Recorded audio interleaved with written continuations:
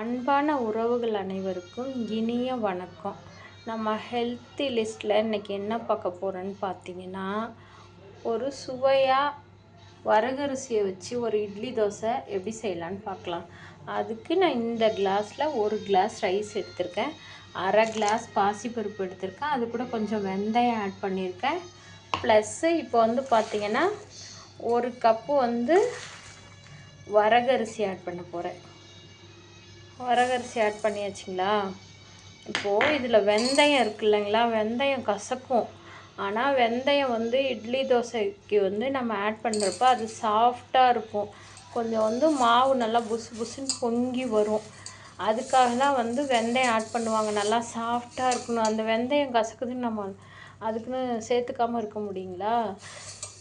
சுகருக்கு நல்லது, அதில் நார்ச்சத்து இருக்குது. இட்லி தோசை சாஃப்டாக இருக்கும். அது மாதிரி தான் சில உண்மைகள் சில டைம் சொல்கிறப்ப கசக்கும்.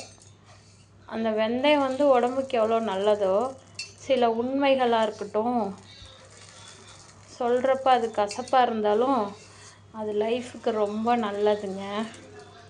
இப்போது இது கூட என்ன பண்ணலான்னு பார்த்தீங்கன்னா, தண்ணி ஊற்றிடலாங்க.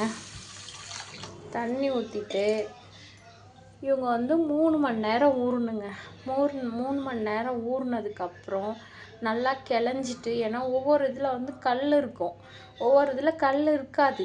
நீங்கள் கல் இருந்தால் கிளஞ்சிக்கணும்.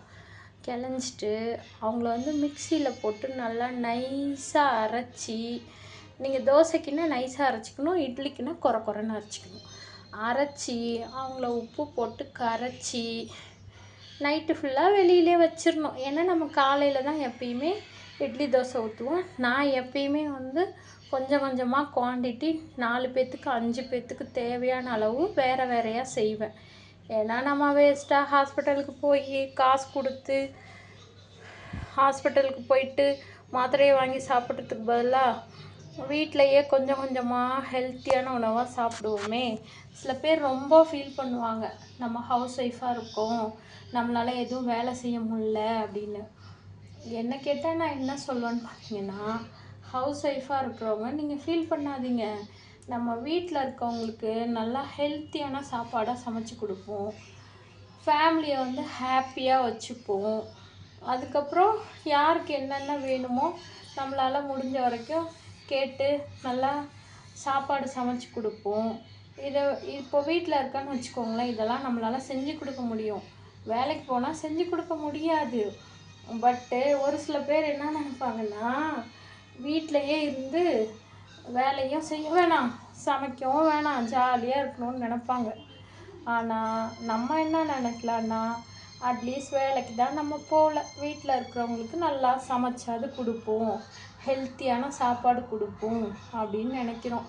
நம்ம வேலைக்கு போகலனாலும் நல்லா ஹெல்த்தியாக சமைச்சி வீட்டை ஹாப்பியாக வச்சுட்டோன்னு வச்சுக்கோங்களேன், நம்ம வேலைக்கு போனதை விட அவங்க மனசு ரொம்ப ஹாப்பியாகிடும்.